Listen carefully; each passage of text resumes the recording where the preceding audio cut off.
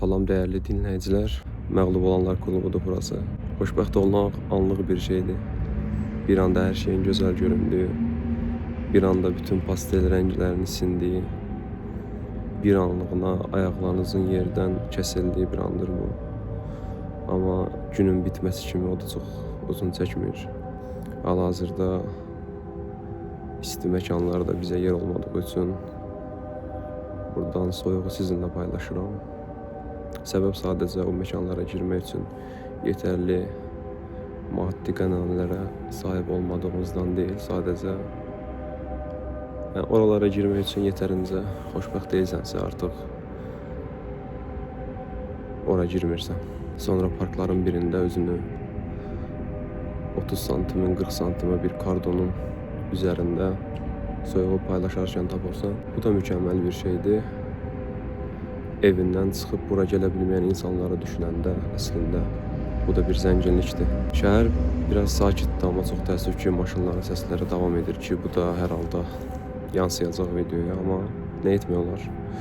Artıq alışmışıq, bizim normalımıza çevrilib bütün bu səs-küy, bu izdiham.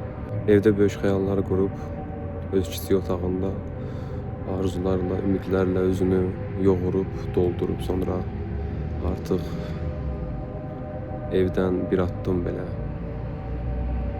çölə çıxanda həyatın gerçəkləri eynən bu gecənin soyuğu kimi yapışır insana.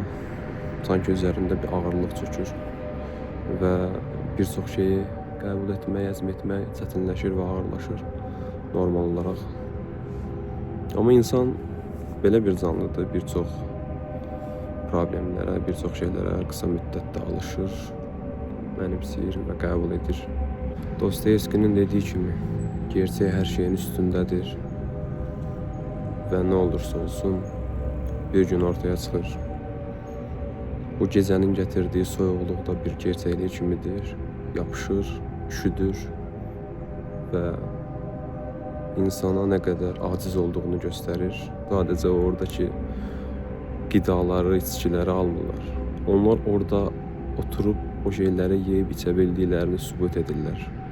Həm öz egolarına, həm onlarla bir masada oturanlara, həm də eyni zamanda sosialda paylaşıb öz yaxınlarını sübut edirlər bunu. Bəlkə də gerçəklikdən qaçmaq üçün bir üsul idi bu. Öz-özünü aldatmaq, həyatın gerçəklərinə qarşı gözünü yummaq. Çox azca belə, çox kiçik bir ölçüdə belə vicdana sahibsənsə, o küçəyə çıxanda birinci gözünə o iri məkanlar içi dolu insanlar, bahalı maşınlar deyil də kiçik insanları görmək və onlar sənə batırsa, biraz belə özünü onların yerinə qoyub empati qura bilirsənsə, onların acılarına öz mövqeyindən yanaşa bilirsənsə, sən artıq bu həyatda bir yerlərə gəlmişsən deməkdir, mənəvi cəhətdən.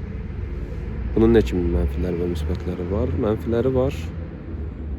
Artıq müəyyən insanlardan uzaqlaşmağa başlayırsan. Müsbət cəhətləri budur ki, əlbəttə ki, özünü o insanların yerinə qoyursan, onlara zavallılar deyə baxmaq yerinə bədbəxtlər, şanssızlar və həyatında alınmayıb ki, buradadılar düşüncələrinə yiyələnirsən, bütün bu izdihamın, gecənin, soyuğun, səs-küyün içində öz içindəki o kiçik zərrəciyi alovlandırırsan və isinirsən. Mənəvi rahatlıq zəngin məkanlarda ya pizza yemək deyil. Sadəcə qəpik ilə aldığı çayla bir parkın köşəsində insinən o insanların yerinə özünü qoymaqdır. Bəzən insan diqqət çəkmək üçün bağırar, bəzən də diqqət çəkməmək üçün susar və ya çox yavaşca danışar. Çünki öz pıçıltıları belə öz ruhuna, öz mənliyinə, öz daxilində özü üçün bir bağırtıdır. Və buna qulaq tıxanmaq deyil də, məruz qalmaq bir müddətdən sonra yorur insanı.